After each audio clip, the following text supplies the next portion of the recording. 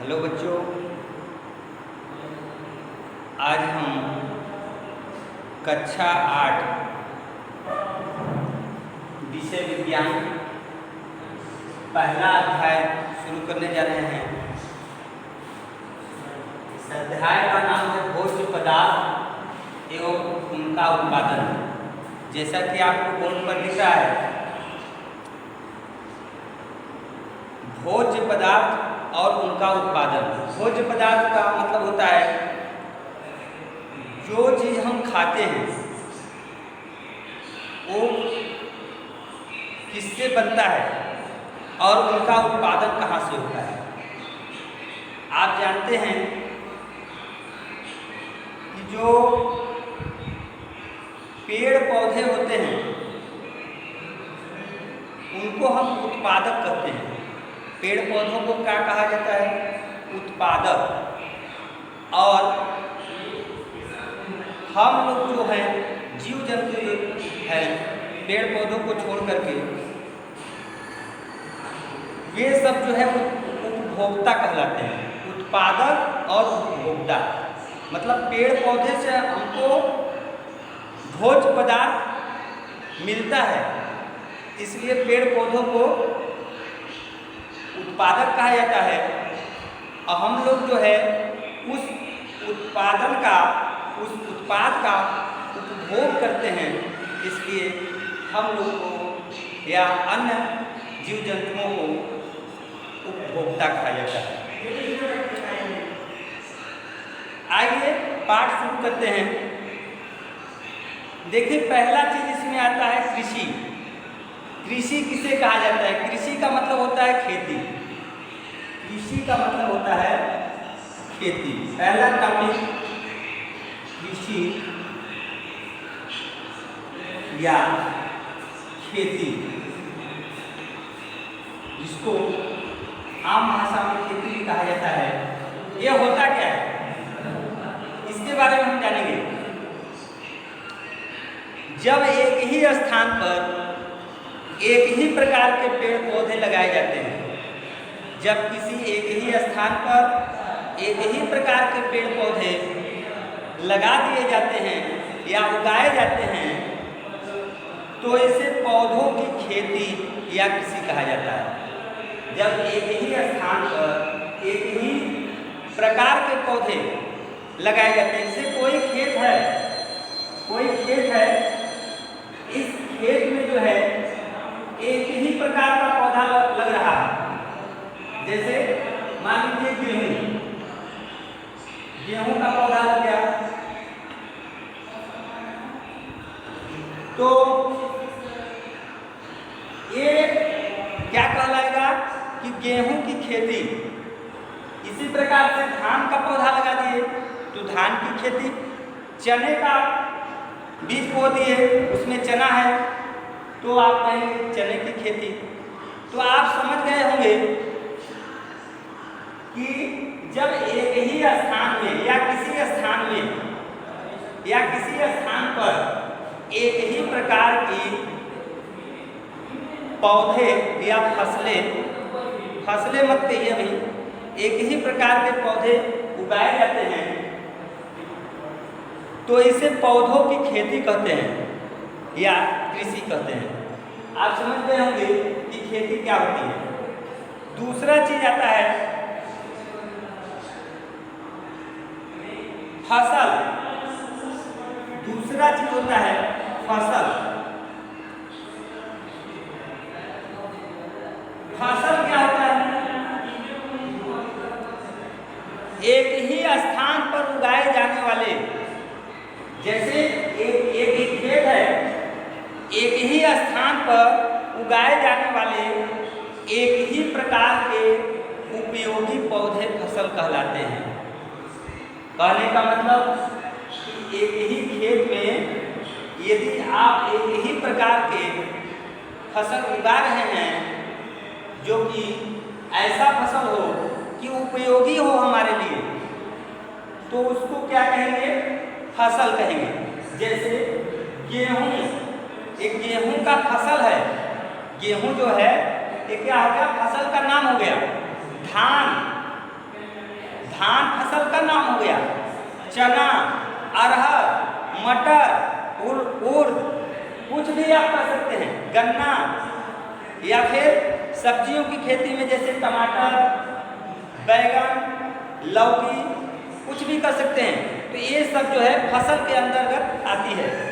तो आप समझ गए होंगे कि कृषि क्या होता है, जिसको खेती करते हैं, और फसल क्या होता है। अब आता है नंबर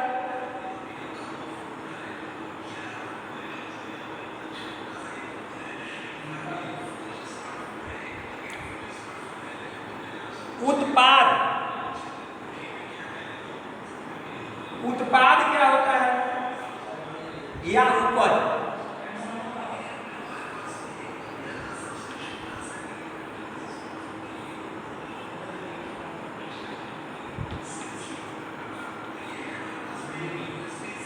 देखिए, हम फसलों की खेती करते हैं और खेती करने के बाद निश्चित अवधि बीत जाने के बाद उस खेत से या संगठित क्षेत्र से जो हमें अनाज, फल, सब्जियां या जो भी उपयोगी चीजें होती है, उस फसल से जो हमको प्राप्त होती है खेती करने के बाद, उसको हम उपज या उत्पाद कहते हैं। जैसे हमने गेहूं की खेती की, गेहूं फसल हो गया। गेहूं की खेती, गेहूं को एक ही खेत में उगाना खेती हो गया। और जब निश्चित अवधि बीत जाने के बाद जब फसल पक कर तैयार हो जाएगी और उसको हम काट करके उससे जो अनाज होगा, फल होगा या सब्जियां होगा, इसको प्राप्त करेंगे, वही चीज क्या होता है, उपज कहलाता है।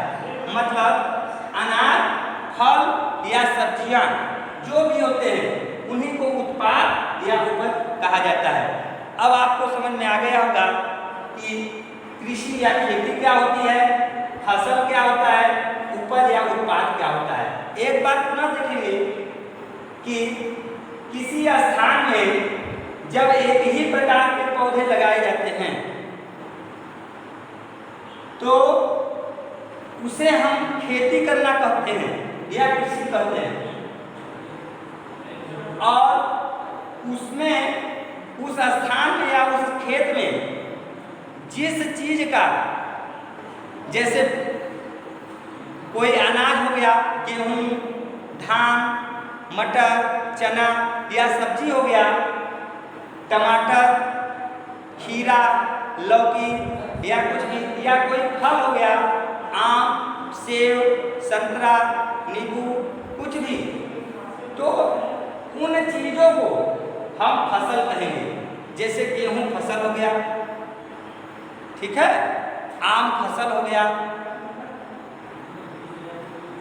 अब उन फसलों के द्वारा निश्चित अवधि बीत जाने के बाद जो हमको अनाज, फल या सब्जियां मिलती है, उस पेड़ के माध्यम से या पौधे के माध्यम से, उनको हम उपज कहते हैं या उत्पाद कहते हैं। अब आपको क्लियर हो गया होगा। अब प्रश्न यह उठता है कि फसलें कितने प्रकार की होती है। ये जो फसल है ये कितने प्रकार की होती है। तो फसलों को प्रकार के अनुसार, मौसम के अनुसार फसलों को 3 भागों में बांटा गया है। लेकिन आपके बुक में 2 ही प्रकार का दिया है, लेकिन तीसरा भी आप समझेंगे।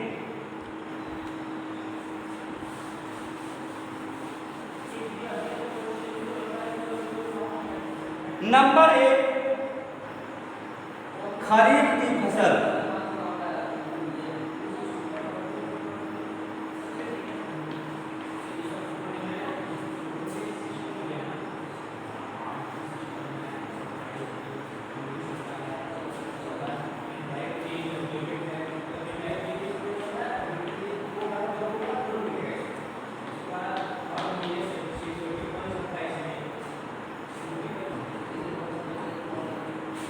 देखिए हम बता रहे थे आपको कि फसलें जो है 3 प्रकार की होती है मौसम के अनुसार, सीजन के अनुसार। फसलें 3 प्रकार से उगाई जाती है अपने भारत में। पहला है खरीफ की फसलें। खरीफ की जो फसल होती है वो जून से अक्टूबर तक होती है। जैसे इस समय का जो मौसम चल रहा है, इस समय जो खेतों में फसलों की बुआई हो रही है वो जो है खरीफ के अंतर्गत आएगा। खरीफ की फसल जो है वर्षा ऋतु में होती है। वर्षा ऋतु की फसलें खरीफ की फसलें कहलाती है। जून से अक्टूबर तक इसका जो है समय होता है लगभग। इसमें धान हो गया, जूट हो गया, मक्का हो गया, मूंगफली हो गया। आप समझ गए होंगे कि इस समय जो आपके आसपास खेतों में फसलें उगाई जा रही है वो सभी फसलें खरीफ की फसलें कहलाती है। देखिए बहुत बड़ा ही महत्वपूर्ण टॉपिक है। इससे रिलेटेड बहुत सारे प्रश्न जो है परीक्षाओं में आपके आते हैं, इसलिए इसको जानना बहुत जरूरी है। और दूसरा है रबी की फसलें। ये जो है शीत ऋतु अर्थात जाड़े की फसल होती है। देखिए वर्षा ऋतु की फसल हो गई बरसात की, और ये जाड़ा ऋतु जो वर्षा शीत ऋतु होता है उसकी फसलें है रबी की फसलें, जो लगभग नवंबर से अप्रैल तक में बोई जाती है, उगाई जाती है। इसमें आप देखेंगे कि जाड़े के मौसम में आपका गेहूं रहेगा, मटर रहेगा, चना रहेगा। ये तमाम प्रकार की फसलें जो है आप जाड़े के मौसम में देखते हैं। ये फसलें जो है रबी की फसलें कहलाती है।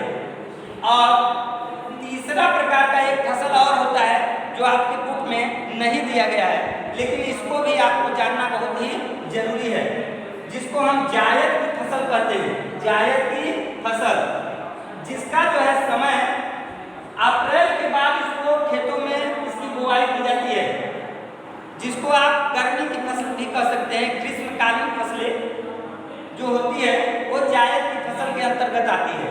जैसे आप गर्मियों में ककड़ी खाते हैं, तरबूज खाते हैं, खरबूज खाते हैं, तमाम प्रकार के आप जो है उसमें फसल उगाते हैं और उसका उपयोग करते हैं। वो गर्मी की फसल होती है। गर्मी के मौसम में आपको देखने को मिलता है अप्रैल से लगभग जून तक, तो इसको हम जायद की फसल कहते हैं। आज के टॉपिक में केवल आज इतना ही। अगले दिन अगले वीडियो में इसी चैप्टर का अगले टॉपिक के साथ हम पुनः मिलेंगे। तब तक के लिए गुड बाय।